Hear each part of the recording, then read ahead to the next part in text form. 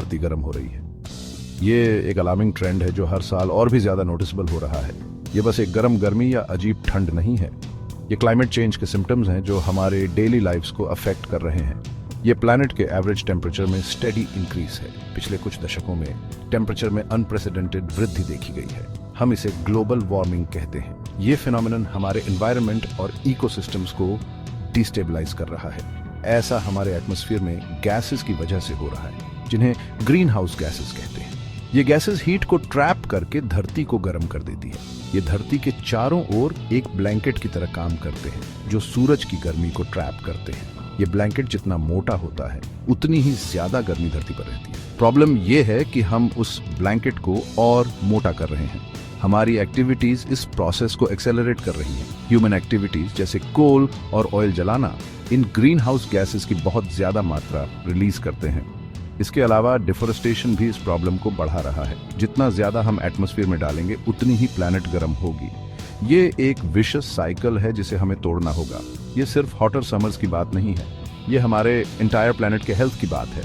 Global warming का हमारे planet पर बहुत सारा इफेक्ट्स है, मेल्टिंग ग्लेशियर से लेकर राइजिंग सी लेवल्स तक। कोस्टल सिटीज और आइलैंड नेशंस सबसे ज्यादा वल्नरेबल हैं। ये वेदर पैटर्न्स को बिगाड़ता है और ज्यादा एक्सट्रीम स्टॉर्म्स, ड्राउट्स और फ्लड्स लाता है।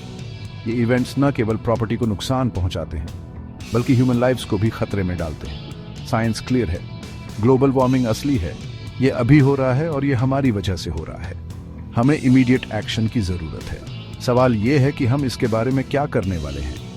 हमें सस्टेनेबल प्रैक्टिसेस अपनानी होंगी, रिन्यूएबल एनर्जी सोर्सेज का यूज बढ़ाना होगा और कलेक्टिव एक्शन लेना होगा ताकि हम अपने प्लैनेट को बचा सकें।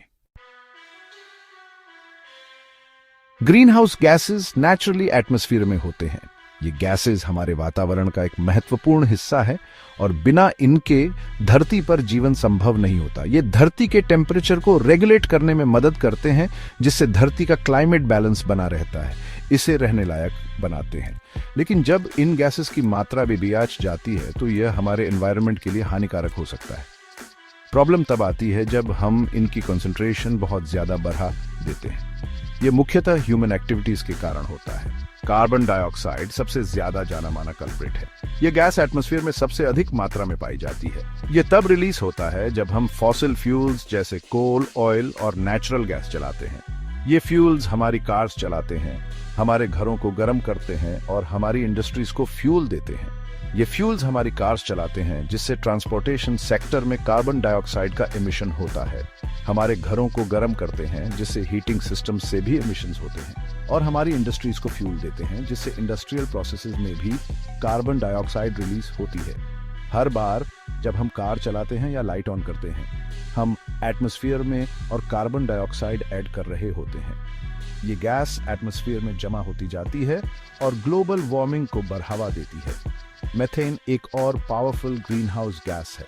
ये गैस कार्बन डाइऑक्साइड से भी ज्यादा हीट ट्रैप कर सकती है। ये लाइफ स्टॉक, राइस पैडीज और नेचुरल गैस लीक से रिलीज होता है। ये गैस एटमॉस्फेयर में कम समय के लिए रहती है, लेकिन इसका प्रभाव बहुत अधिक होता है। हालांकि यह कार्बन डाइऑक्साइड जितने टाइम तक एटमॉस्फेयर में नहीं रहता, लेकिन यह हीट ट्रैप करने में ज्यादा इफेक्टिव है। नाइट्रस ऑक्साइड जो फर्टिलाइजर्स और इंडस्ट्रियल प्रोसेसेस से रिलीज होता है, ग्लोबल वार्मिंग में एक और मेजर कंट्रीब्यूटर है। यह गैस भी एटमॉस्फेयर में हीट ट्रैप करती है और क्लाइमेट चेंज को बढ़ावा देती है। ये गैसेस ओजोन और वाटर वेपर जैसे अदर्स के साथ हीट ट्रैप कर रहे हैं और हमारे प्लैनेट को एक डेंजरस टिपिंग पॉइंट की तरफ पुश कर रहे हैं। यह टिपिंग पॉइंट वह स्थिति है जहां से वापसी मुश्किल हो सकती है। अगर हमने अभी से कदम नहीं उठाए तो हमारे प्लैनेट का फ्यूचर खतरे में पीडीडी आ सकता है। हमारे मॉडर्न वे ऑफ लाइफ की एक कीमत है। हमने टेक्नोलॉजी, ट्रांसपोर्टेशन और इंडस्ट्री में इनक्रेडिबल एडवांसमेंट्स हासिल किए हैं, लेकिन ये एडवांसमेंट्स हमारे प्लैनेट की हेल्थ की कीमत पर आए हैं। डिफॉरेस्टेशन ग्लोबल वार्मिंग का एक मेजर कंट्रीब्यूटर है। ट्रीज कार्बन सिंक्स की तरह काम करते हैं, एटमॉस्फेयर से कार्बन डाइऑक्साइड अब्सॉर्ब करते हैं। जब हम टिम्बर, एग्रीकल्चर या डेवलपमेंट के लिए फॉरेस्ट्स काटते हैं, तो हम उस स्टोर्ड कार्बन को वापस एटमॉस्फेयर में रिलीज करते हैं। इसके अलावा डिफॉरेस्टेशन प्लैनेट की फ्यूचर एमिशंस को अब्सॉर्ब करने की क्षमता को कम करता है। यह एक डबल वैमी है जो ग्लोबल वार्मिंग की स्पीड को बढ़ाता है।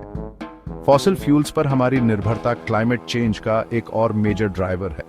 ये फ्यूल्स फाइनाइट रिसोर्सेज हैं और इनका एक्सट्रैक्शन और कंबस्टन हवा और पानी में हार्मफुल पोल्यूटेंट्स रिलीज करता है।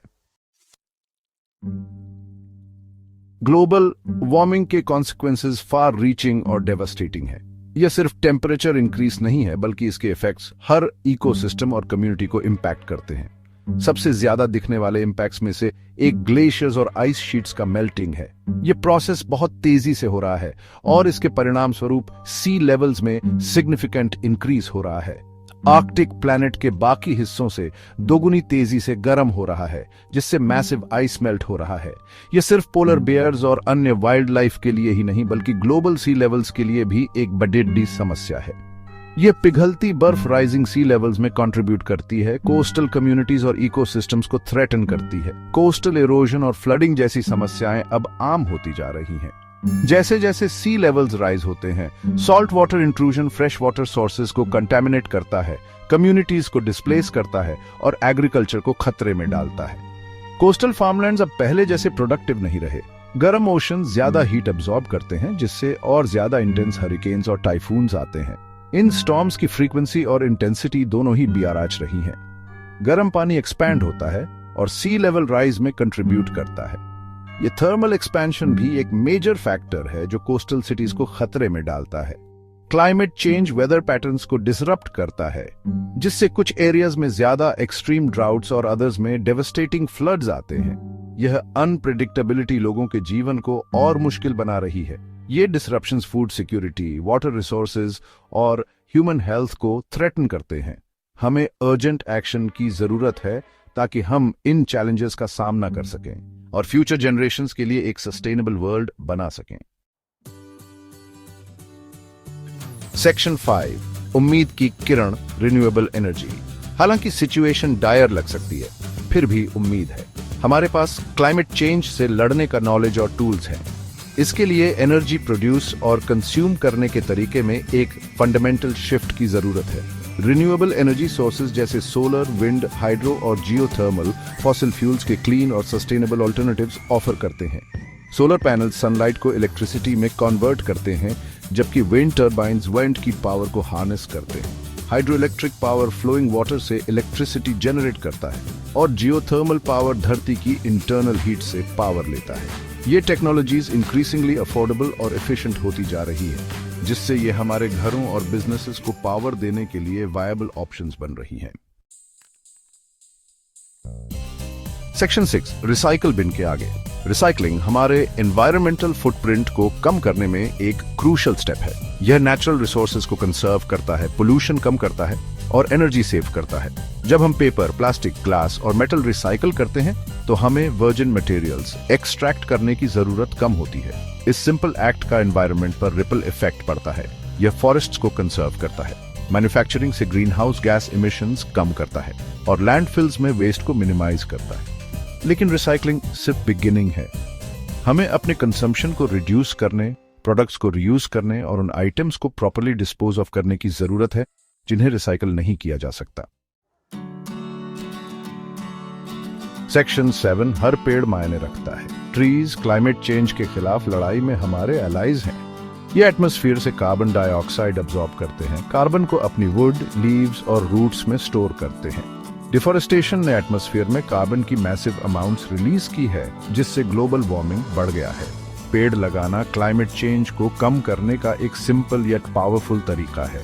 रिफॉरेस्टेशन एफर्ट्स डिग्रेडेड लैंड्स को रिस्टोर करने, कार्बन सिक्वेस्टर करने और वाइल्ड लाइफ के लिए हैबिटेट प्रोवाइड करने में मदद करते हैं। सस्टेनेबल फॉरेस्ट्री प्रैक्टिसेस जैसे सेलेक्टिव लॉगिंग और रिप्लांटिंग को सपोर्ट करना हमारे फॉरेस्ट को प्रिजर्व करने और क्लाइमेट चेंज से लड़ने के लिए क्रूशियल है। सेक्शन 8, हमारी साझा जिम्मेदारी। क्लाइमेट चेंज एक ग्लोबल इश्यू है जिसके लिए कलेक्टिव रिस्पॉन्स की जरूरत है। प्लैनेट पर हमारे इम्पैक्ट को कम करने में हम में से हर एक का रोल है। हम अपनी डेली लाइव्स में कॉन्शियस चॉइसेस कर सकते हैं जो मिलियंस से मल्टीप्लाई होने पर डिफरेंस ला सकते हैं।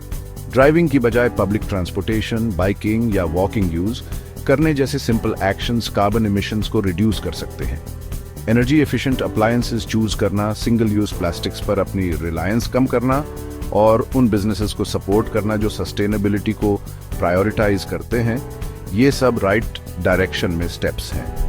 हम अपने इलेक्टेड ऑफिशियल से कांटेक्ट करके और उन पॉलिसीज के लिए एडवोकेट करके भी अपनी आवाज उठा सकते हैं जो रिन्यूएबल एनर्जी, एनर्जी एफिशिएंसी और एनवायरमेंटल प्रोटेक्शन को प्रमोट करती है।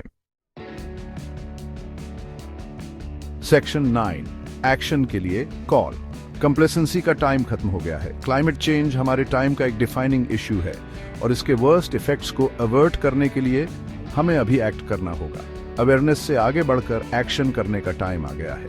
क्लाइमेट चेंज और इसके सॉल्यूशंस के बारे में खुद को एजुकेट करें, अपने फ्रेंड्स और फैमिली से इसके बारे में बात करें। चेंज की डिमांड करने के लिए अपनी वॉइस और अपने वोट का यूज करें।